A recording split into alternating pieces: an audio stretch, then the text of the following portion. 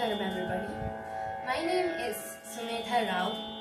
and regarding this workshop experience, I really enjoyed learning from Anahitaka and Apurvaka. And I would also like to thank Tattva Arts for giving us this wonderful opportunity from learning from this workshop. Not only did Anahitaka and Apurvaka just teach us the song, they even taught us the meaning of the song as it was in a different language and we couldn't understand, which helped us to appreciate the composer's poetic brilliance and get the feeling of the song even more. Out of the compositions that they taught us, I'm going to be singing one of my favorites, Ramam Ghana Shyamam in Yamuna Kalyani. Ramam Ghana Shyamam Gunadhamam Ramya Ramam Ramam Ghana Shyamam Gunadhamam Ramya Ramam Kshemam Mukhasomam Ripuhemam Chittagamam Kshemam Mukhasomam Ripuhemam Chittagamam Bhajaramam.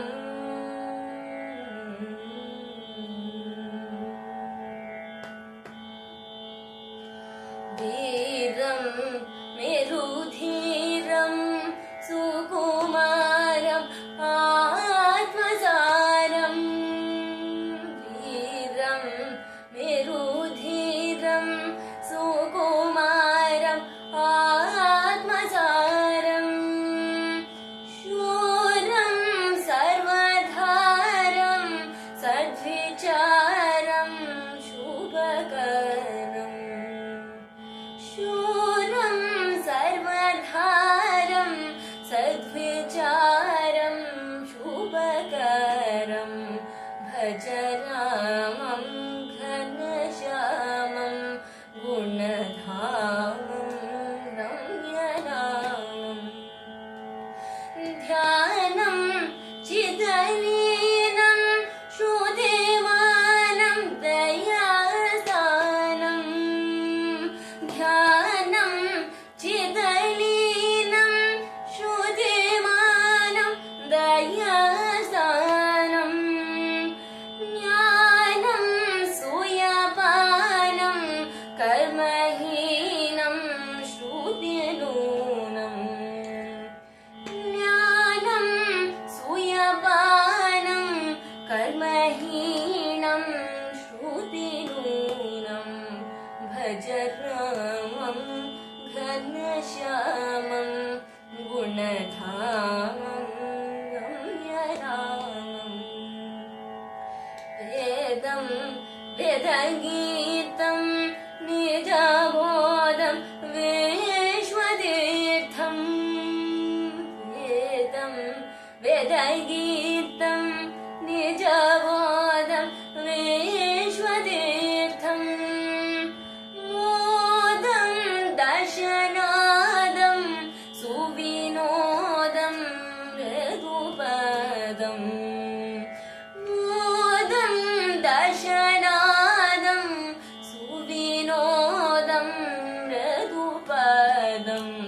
Bhajaramam Ghanashyamam Gunadhamam Ramyaramam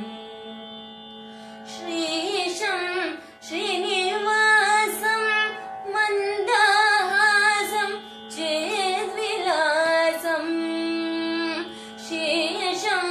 Srinivasam Mandahasam Chedvilasam